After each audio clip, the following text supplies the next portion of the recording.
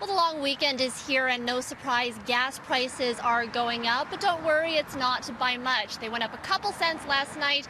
They could increase another 2 cents by tomorrow. But prices across Southern Ontario are actually at the lowest they've been in 3 years. Market analyst Dan McTeague sat down with Roger Petersen on BT this morning and says that trade tensions are playing a big part in the price at the pumps. Normally we would see prices move up. Many of us predicted at the beginning of the year that we'd see prices as high as we saw in 2018, so we'd be looking at $1.30 right now. You can really credit most of this to the fact that there's a lot of nervousness in markets today about the outcome of trade disputes, not just between the United States and China, the number 1 and 2 economies, but also elsewhere around the world, Japan, South Korea, Brexit, of course, and all these things are leading to a rather depressed view of, of global commodities such as oil and gas. We're also looking, of course, at the fact that there's a lot of supply. U.S. and domestic global supplies of oil have been very robust over the past several weeks, and that's why we've seen prices really stabilize for many people. I was reading an article on Trump is now one of the factors. Is that true that when it comes to fuel prices, they actually consider what Trump does and that the impact it will have on gas, on the industry?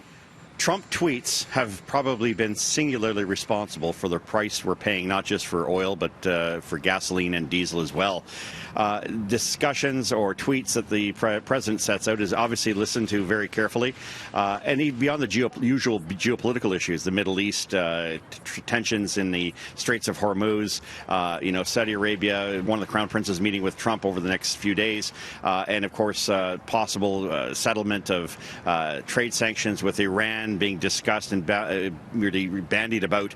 These are things that have a long-term impact on the price we're paying for energy. And of course, as long as he keeps tweeting, we're likely to save a little bit. Hurricane season, we're into it now. Any concerns with that? There's so much production refinery going on down in the Gulf. Yeah, Roger, I'm worried about Hurricane Dorian.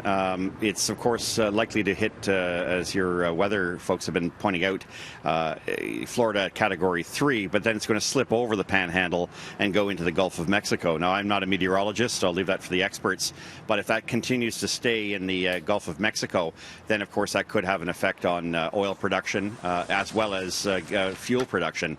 And so, for that reason, if it gets anywhere near Louisiana, tip of Alabama, into Texas, then, of course, we're looking at temporary disruptions there, which could lead to spike in prices.